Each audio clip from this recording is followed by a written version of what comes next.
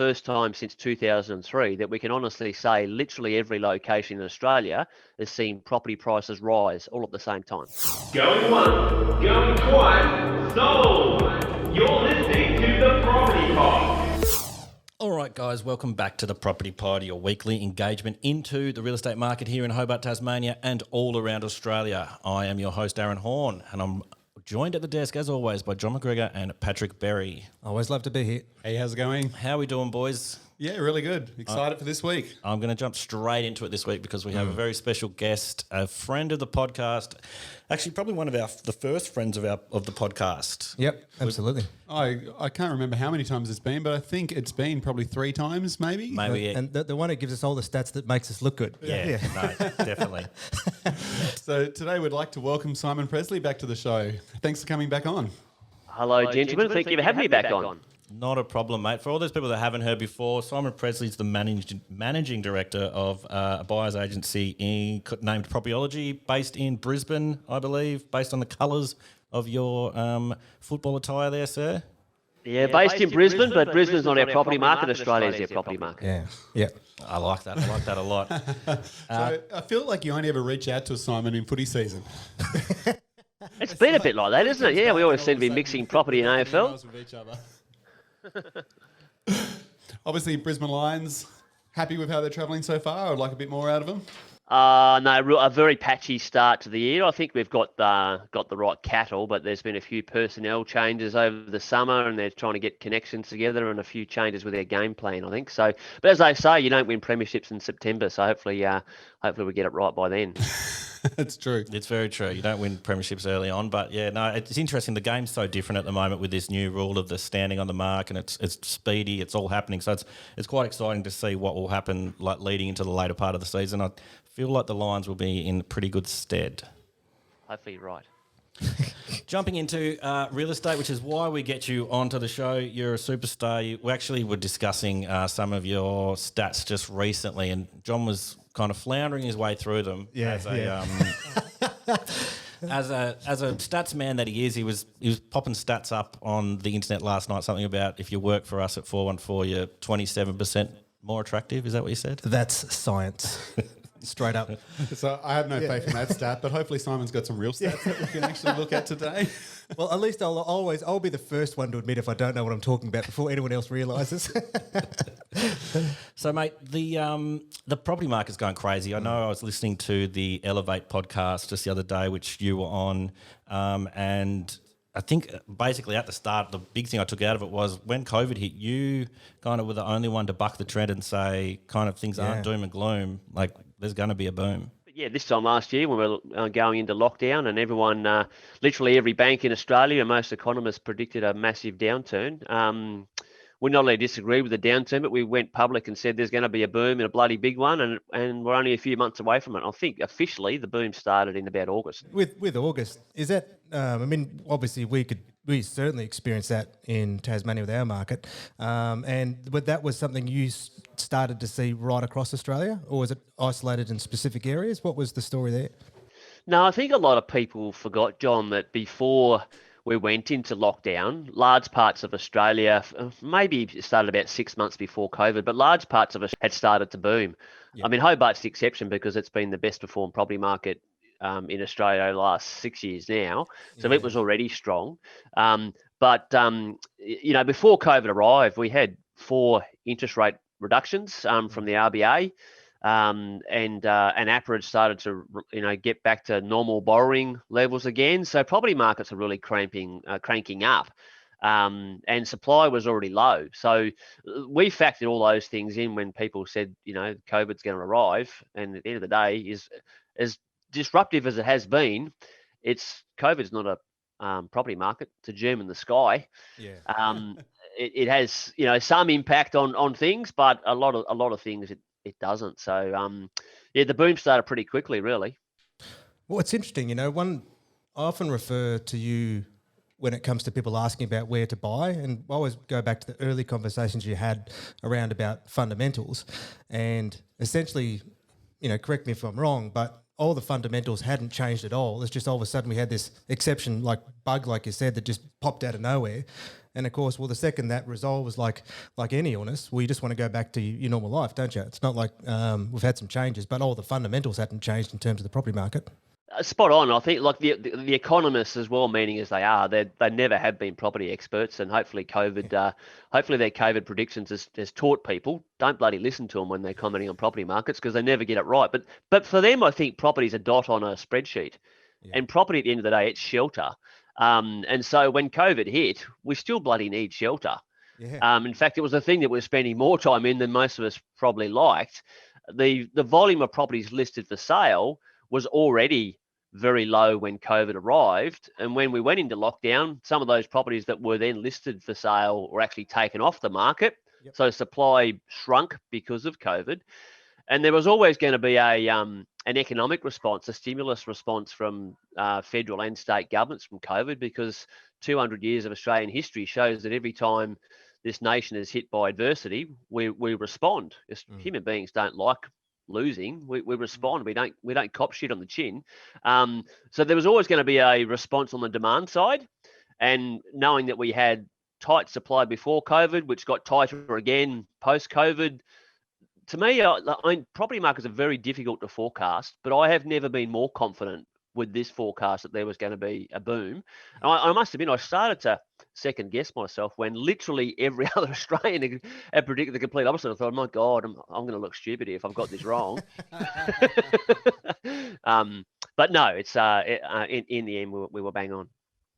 No, it's really interesting. I also listened on this other podcast that was saying, I think first time we spoke, we were talking like maybe 4 or 5 markets you guys were working in. At the moment, you've kind of expanded out to 19 or something. Like you're just all across the country.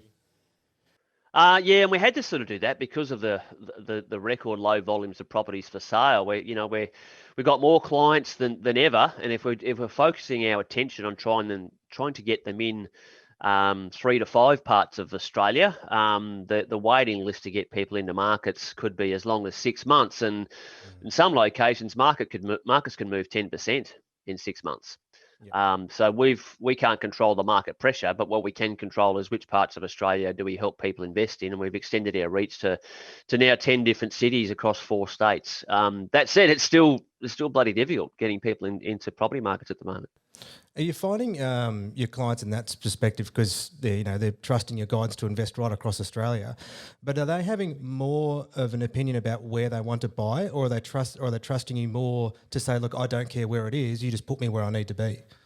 I mean, sometimes when a client reaches out to us, John, they do have some specific thoughts about where they'd like to invest, and other times they're very open-minded. Either way, we say to anyone inquiring about propertyology services, please maintain an open mind. We would like to initially invest in your education about what drives property markets, and it's in your interest to have an open mind. If you have a think about the best performed property markets throughout all over Australia over the last 5 years, the best markets are not the ones that people predicted. The best performed capital city is Hobart. The next best performed capital city is Canberra. If you went back 5 years ago and did a straw poll of Australians, which markets are going to do the best, I guarantee you no one would have said Hobart and Canberra. And then there's a big bunch of regions that did better than all of those. And, there's always been a myth that capital cities are better than regions. That's complete hogwash. But that's what people think. So yeah, we always encourage people, just come on a bit of a journey with us, and we'll try to teach you a few things and see how you feel about it. Well, it sounds to me that it's almost like you're trying to help them not get swept with the tide. Absolutely. Yeah. So you're going by the data driven and points of the market. Look, so you just don't listen to everyone else.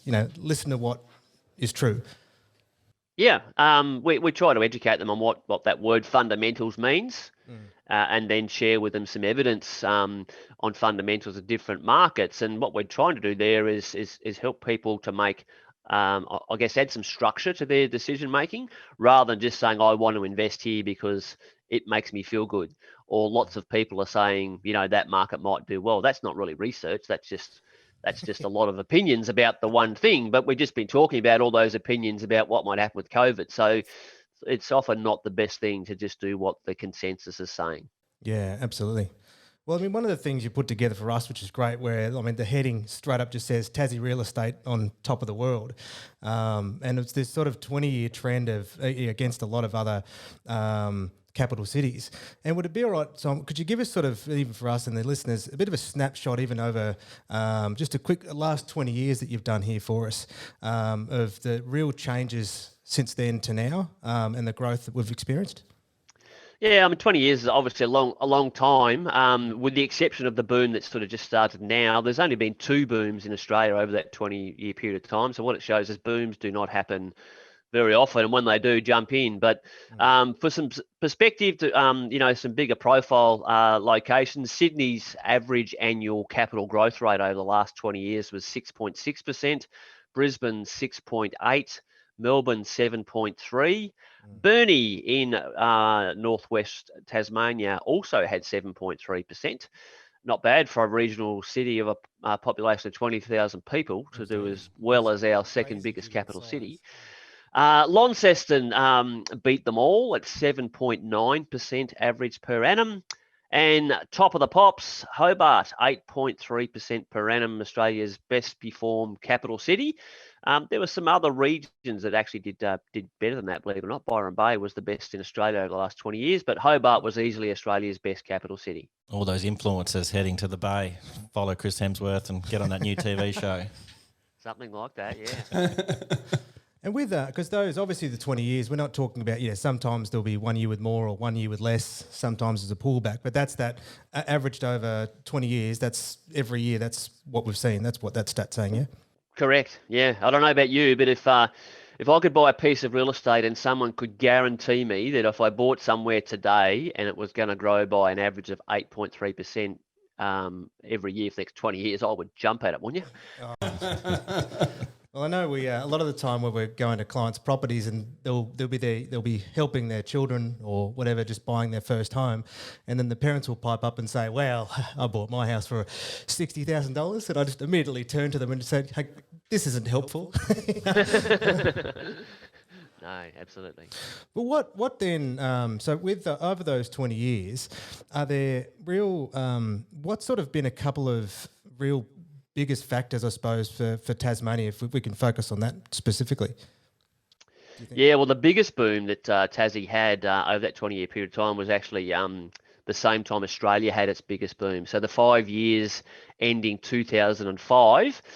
Now, all of us were alive back then, but whether we actually remember what real estate did all those years ago is a different thing. But in that 5-year period of time, there were 128 individual Australian towns and cities where the median house price doubled or more in just 5 years. But as strange as this may sound, Sydney and Melbourne were the worst performed capital cities, and by worst, 57% capital growth in Sydney and 67% in Melbourne is far from horrible, is it? Oh yeah, pretty good. But they were among the worst performers in Australia back then. In that same 5-year period of time, Brisbane grew by 118, Burnie grew by 121, Launceston grew by 143% in just 5 years, and Hobart grew by 147% in 5 years. Crazy stuff. Oh, actually, I know with at that time too, looking at when we're doing the trends, when looking at appraisals as well, there was the highest volume of property moving through the market too, wasn't there? So it's like during that boom, there was a lot to buy, as opposed to now where there's a lot of people wanting to buy but nothing to buy. Yeah, and whilst this boom, I think, is going to be a very strong one, you're 100% right, John. Conditions were very different. There was a lot more properties listed for sale on the market, in the boom we were just talking about compared to now. Interest rates were about 3 times higher then than what they are today. So they were around that 9% mark in that 5-year period of time. They're around the 3% mark today. So whilst the cost of credit was a lot higher back then, credit was more readily available. And that's not to say that banks were reckless. We know that they weren't, because there wasn't any sign of lots of bankruptcies or markets crashing after the boom or anything like that. People might say that that's not sustainable for property markets to double in 5 years. Well, if it wasn't sustainable, it would have ended in a crash, and it certainly didn't. So there's a few things that are different back then compared to now. So speaking of kind of the lack of stock that's out there now, is that just got to do with kind of population growth and there's just more people, not enough houses, and trying to kind of balance that side of the ship out? No, the Australia as a whole, Aaron, we don't have. It's not that we have not built enough dwellings. As a nation, we have more than enough properties. Yep. Where we have a supply concern is in two areas. We don't have enough rental supply. Yep. Rental supply is determined by investor participation. So the four of us and everyone listening, if there's not enough everyday Aussies that purchase properties for investment purposes, then there won't be enough rental stock. So over the last 5 years, there hasn't been anywhere near enough participation by investors, and you know all of Tasmania, not just Hobart, that's experiencing that, and not just now, but for the last 5 years. Really low vacancy rates, a lot of upward pressure on rents, and that's frankly because there hasn't been enough people invest in Tasmania. Been plenty of people buy property in Tasmania, but they've been predominantly the owner-occupier as opposed to the investor. Yep, the other area where there's a supply constraint is properties listed for sale. And that's actually, strangely enough, caused by a series of decisions, mostly governments, collectively over the last 6 years. So if we cast our mind back over the last 6 years, we've had 2 federal elections, and the number one issue that Australia was asked to vote on for both the last 2 federal elections was negative gearing.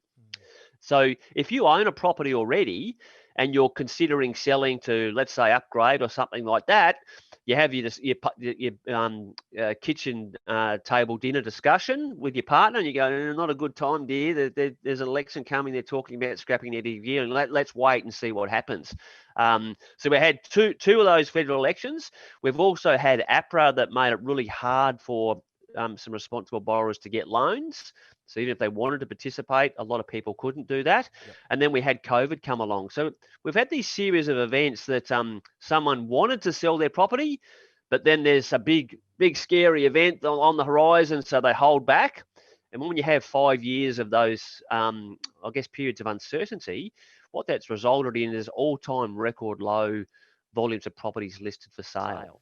And I suppose now too, is it if for I'm just thinking like as if psychologically, it's like, well, I don't want to sell now. I mean, let's just stick in this house as long as we can and ride the wave. I suppose in Hobart, there's a lot of very much a chicken and the egg situation where people are just stuck where they're like, well, we want to move, but we can't because there's nothing to buy. So it's just self-perpetuating. I think I heard on the Elevate one you were discussing kind of an idea, Simon, of the maybe coming to an agreement in the contract of, like a 3-month kind of fair market value rental deal to give people a little bit of extra time. Would you like to talk on that? Yeah, so if you're an owner-occupier and you want to sell, but you're holding back putting your property on the market because you can't find anything to move into, I would suggest talk to your agent, list your property for sale. It will sell because we're in a boom. So you should have no fear of your property selling, but it's a legitimate concern about, well, where am I going to move into? So talk to your agent about, look, when we find that right buyer, you've got 2 tangible options, I think. If the buyer of the property that you want to sell is another owner-occupier, I'd be saying to them, look, we'll sell our property to you, but we want a 3-month settlement rather than the traditional 1-month settlement. So you lock in your price and you've then got an extra 2 months knowing exactly how much you can spend then to go out and actively look. Or the other option is if the buyer of the one you want to sell is an investor, ask them if you can sign a short-term lease. Sign a 3-month lease with the new buyer of your property so you're not moving twice. You've sold the property, you put the money in the back pocket, and you continue to rent what was your own home for a period of, say, 3 months while you're actively looking with that money in the wallet for the next home to move into. It's interesting you suggest that, Simon, because that's definitely something that I know I've spoken to about a few clients here in Hobart, and I'm assuming you've probably done the same as well, John. Yeah, it's a strategy we've had to implement here. Excuse me. The vendors have a lot of power at the moment to be able to dictate terms as far as a contract goes because everyone wants their house, so they can get away with that longer settlement period or they can get away with negotiating a rental deal because people are prepared to wait because they just want to secure something. Yep, absolutely, Patrick. You are, if you own property at the moment and you want to sell, you are in the box seat. So whilst you might have a challenge finding something else, use the asset that you already own as a powerful vehicle to leverage you into something else. Yeah, because I've talked to a couple of owners in the past that it's not necessarily always about the best price. It sometimes can come down to the conditions as to who you might accept at the end of the day and what works best for your circumstances. Absolutely. Actually, that's a good segue, because a lot of we're constantly getting asked at the moment, like, can you help me secure a property? What do we need to do to, get at the front of the line effectively? What are some suggestions, Simon, in your experience, that you could help, like if a buyer was looking to buy, what are you saying to them at the moment that's going to help them get the edge, if there is any? Certainly make sure you've done the hard yards with your broker and got your finance pre-approved. Don't wait to go through that process once you've found a property. Get that done. Because when you're out there looking to as a buyer, it'll be you and umpteen others that are looking for that same property. So if there are half a dozen others that already have their finance pre-approved and you don't, you can be absolutely certain that the real estate agent going to the owner of that property is going to be saying, well, I'm not quite sure about this one. The price might look okay, but they haven't even got their finance sorted yet. So maybe we don't need to bother about that particular offer there. So, so do that. And you might need to get a little bit more commercially minded about the conditions that you put in your contract.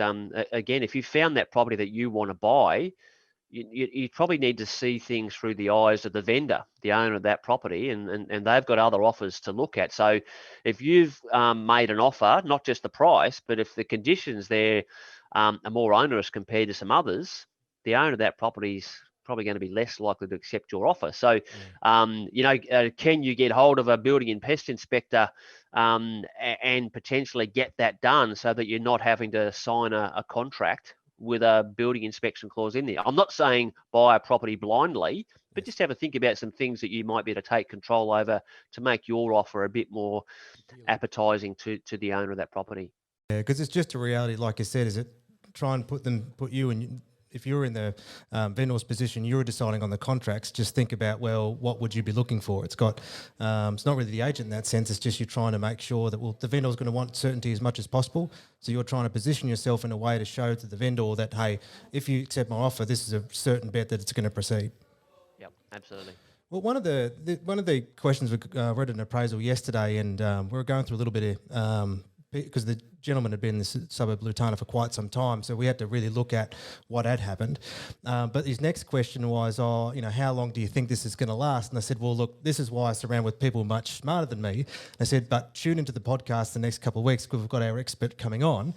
So I'll delegate that question to you, Simon. You don't have to answer it, but what if we could maybe use Tassie as a local, because I suppose it'd be too big a conversation for Australia, but if someone were to ask you, Simon, how long is this going to last? What would your response be?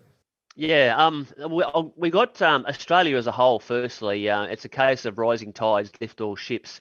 This is the first time since 2003 that we can honestly say literally every location in Australia has seen property prices rise all at the same time. That just does not happen very often at all. And that's because all of Australia has low volumes of properties listed for sale for the reasons we were talking about earlier, and we've got record low interest rates. So there are a couple of macro factors that are benefiting all markets. But what always has the biggest influence on property markets and why different locations produce different rates of capital growth is local conditions, local economic conditions, local volumes of properties listed for sale. Whilst they're all low, they're not all at exactly the same level, and local levels of confidence. So focusing now more specifically to Tasmania, Tasmania's state economy has been the strongest of all state economies in Australia for the last 2 years, and there's no reason why I see that changing anytime soon. The industries that are key to Tassie's economy, the outlook for those are strong, and the way that the Tasmanian government has responded to COVID, and every state government obviously had to come up with a package of sorts in response to COVID. You've got a construction boom going on. not just a residential construction boom, but I'd argue the most infrastructure projects that the state of Tasmania has ever had. So that's really good for the local economy. I think your tourism markets are going to get stronger and stronger as more vaccines. We have more jabs in arms. So that's going to be good. You got the world's best agriculture. You got the world's best booze. You got the cleanest air. I mean, it's from an economic point of view, from a confidence point of view, I can't see that easing anytime soon. The supply side of things, while supply is tight all over Australia, Hobart at the moment has an all-time record low volume of properties listed for sale. Wow. So we're not going to see Hobart's property market, peter out to more normal levels of growth until supply gets back up to more normal levels, and it's got a long way to go there. But Burnie and Launceston have even lower volumes of properties listed for sale than their normal. So I can't say exactly how many years, but I think we're going to be talking years, not months, in regards to how long this boom might last. That when we were talking earlier about Australia's most prosperous era, that was a boom that for some locations went into 6 or 7 years. Okay. A lot of things could happen over the next 6 or 7 years. So I'm not going to pretend to be Nostradamus and know what might happen over that period of time. But this is not going to be a short period of time. Well, mate, you called it pretty early with the last one. There was doom and gloom on everyone else's radar, but you said, no, things are going to be fine. So I think we will, heed your advice on this one and look forward to plenty of years of boom. And you guys need to get out there and start appraising more properties and listing them. Well, it goes to just a quick thought is that how I suppose our job is going to become more important is that we're going to have to connect dots that don't exist yet. Because it's that if no one can sell or buy at the minute, the only way that they can do is somehow connect with each other, even though they don't know that they are. So I suppose that's where our role is going to change quite dynamically, is that we are going to have a much more pivotal in sense of connecting people without going to market or creating opportunities that otherwise don't exist, which is interesting. Sounds like a very, very exciting time ahead. I think with that, we might wrap up our favourite friend of the podcast, Simon. Thank you so much for your time this morning, my friend. Pleasure, gents. I'm always jealous when I get on this conversation because whilst I live in Queensland, I've always been had a strong affection for Tassie. So yeah, thank you for having me back on. You're always welcome down here. Welcome in the offices. Welcome, mate. You can come and stay on my couch if you need, especially if it's Bombers versus Lions. We'll make a night of it with some of that good Tassie booze. Absolutely, got plenty of that. Excellent, mate. Well, thank you so much for coming on, and that is the Property Pod. Thanks very much, Simon. Till next time. See ya. You have been listening to The Property Pod, recorded and edited by 414 Media House in conjunction with 414 Property Code. This podcast is general information only, and the thoughts and views expressed is the opinion of our panel, and listeners should always seek then use their own investigation into any topic we discuss to ensure they fully understand their own situation. It does not constitute and should not be relied on as purchasing, selling, financial or investment advice or recommendations, express or implied, and it should not be used as an invitation to take up any agent or investment services. No investment decision or activity should be undertaken on the basis of this information without first seeking qualified and professional advice.